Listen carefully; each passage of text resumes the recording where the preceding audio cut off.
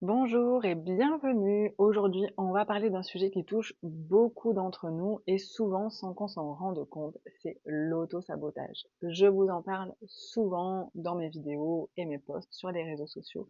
Et là, particulièrement, est-ce que ça t'arrive de commencer un projet avec enthousiasme, puis de procrastiner ou même de l'abandonner en cours de route? Ou encore de te fixer des objectifs ambitieux et de te retrouver à tout lâcher dès que ça devient un peu compliqué? Ou encore de te sentir paralysé par cette petite voix intérieure qui murmure: «Et si tu n'étais pas capable? Et si tu échouais?» Laisse-moi te dire une chose, tu n'es pas seul et surtout ce n'est pas une fatalité. L'auto-sabotage, c'est loin d'être un manque de volonté ou une preuve que tu n'es pas à la hauteur, c'est vraiment un mécanisme inconscient, souvent lié à des blessures profondes ou à un manque d'estime de soi. Aujourd'hui, ce que je vais faire, c'est t'expliquer ce que peu d'entre nous te disent sur l'autosabotage, c'est-à-dire pourquoi est-ce qu'il se manifeste et surtout comment t'en libérer. Alors reste avec moi parce que ce que tu vas apprendre pourrait bien t'aider à transformer ta manière d'agir et surtout ta relation avec toi-même, ce qui est pour moi primordial. Alors quand on pense à l'autosabotage, on a souvent l'impression que c'est une preuve de faiblesse ou un manque de discipline. Et en réalité, ce comportement, il n'a rien à voir avec ta volonté ou tes capacités. Il s'agit de ton inconscient qu'on pourrait imaginer comme un gardien silencieux qui essaie de te protéger à sa manière. Imagine alors que ton inconscient, c'est un gardien d'un château et son rôle, c'est de te protéger des dangers. Mais ce gardien, il ne fait pas toujours la distinction entre une vraie menace et une fausse alerte.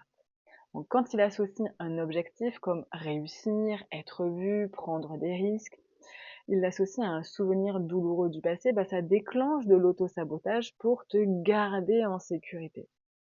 C'est comme si tu essayais d'ouvrir une porte vers le succès, mais que ton gardien te disait non, c'est trop risqué, reste où tu es. Donc, il se peut, peut-être, que tu as grandi dans un environnement où tu devais être parfaite, où tu te sentais devoir être à la hauteur pour être aimée. Et alors, dès que tu n'es pas sûr d'atteindre la perfection, ton inconscient préfère abandonner pour éviter l'échec. Ou encore, peut-être que tu as vécu des critiques blessantes dans le passé, et alors ton inconscient, il a enregistré que se mettre en lumière, c'est dangereux, et il te freine à chaque fois que tu essaies d'avancer. L'autosabotage, c'est ce gardien qui tire le frein à main dès que tu essaies de monter en puissance. J'ai accompagné, il y a un peu plus d'un an, Sophie, une femme brillante qui rêvait de créer son entreprise et à chaque étape, elle se trouvait des excuses: «Je n'ai pas assez d'expérience, ce n'est pas le bon moment» et cetera. Et en explorant ensemble, on a découvert que sa peur venait d'une expérience passée où elle avait été rabaissée pour avoir pris des initiatives. Ça l'avait vraiment marquée et son inconscient voulait éviter qu'elle revive cette douleur, ce qui est parfaitement légitime. Et une fois qu'elle a compris ça, elle a pu apaiser son gardien et lui montrer qu'elle était prête à avancer, avec lui et différemment. L'autosabotage, c'est vraiment pas ton ennemi, c'est une réponse inconsciente basée sur des souvenirs et des croyances passées. La bonne nouvelle, c'est que une fois que tu le comprends, tu peux commencer à le désamorcer. Donc, comment est-ce que tu pourrais savoir si tu t'auto-sabotes? Je te partage quelques signes qui ne trompent pas. Le premier, j'en ai parlé juste avant, c'est la procrastination. Tu trouves toujours une excuse pour ne pas commencer ou terminer un projet. Le perfectionnisme, tu t'imposes des attentes irréalistes et quand tu les atteins pas, tu te dis pourquoi essayer si je ne peux pas tout faire parfaitement. Il y a aussi l'abandon précoce, c'est-à-dire dès que ça devient difficile, tu lâches tout. Le fait également de prioriser les autres, de te mettre constamment en retrait et de faire passer les autres avant toi jusqu'à t'oublier toi-même. Et puis l'autocritique constante, cette petite voix intérieure qui te répète que tu n'y arriveras pas. Est-ce que tu te reconnais dans ces comportements? Si c'est le cas, sache que ce n'est pas un défaut ou un manque de motivation, c'est encore une fois ton inconscient qui te joue des tours.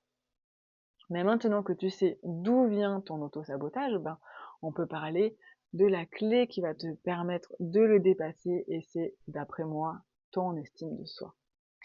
Laisse-moi te poser une question. Qu'est-ce que tu ressens quand tu te regardes, quand tu regardes ton reflet dans le miroir? Est-ce que tu te parles avec amour ou est-ce que tu te critiques en te disant que tu es nul, que tu es moche?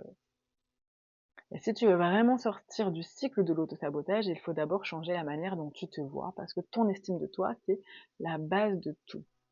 Sans elle, il va être difficile de croire que tu mérites de réussir ou encore d'être heureuse.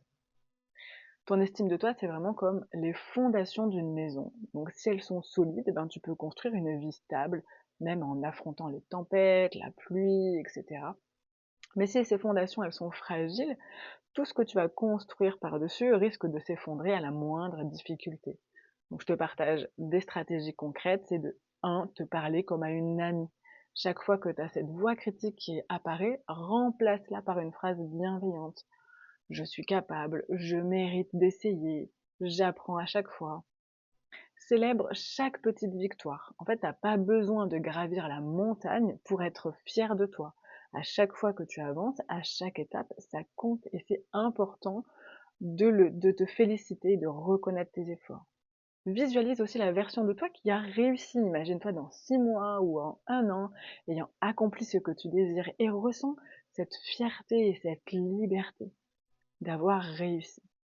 Renforcer ton estime de toi, c'est le plus beau cadeau que tu puisses te faire parce que à partir du moment où tu crois en toi, ben rien ni personne peut t'arrêter. Si tu veux aller encore plus loin, j'ai un programme qui s'appelle Reconstruire l'estime de soi, qui est conçu pour accompagner les personnes dans ce processus. Ensemble, on transforme les mécanismes d'auto-sabotage pour que tu puisses avancer avec confiance. Tu vas découvrir le lien dans la description et tu pourras voir tout le programme, comment est-ce qu'il est conçu, comment est-ce que ça peut t'aider et tu peux également réserver une séance gratuite au cours de laquelle on va explorer tes freins, tes blocages et où je pourrais te présenter des pistes de travail. Dis-moi en commentaire comment tu as trouvé cette vidéo, comment est-ce que tu te sens maintenant ayant un peu plus appris sur ton auto-sabotage et ses mécanismes. Je serais vraiment très heureuse de te lire et de te répondre. Je te souhaite une bonne journée, nuit, bonne continuation en tout cas. À très vite et prends soin de toi.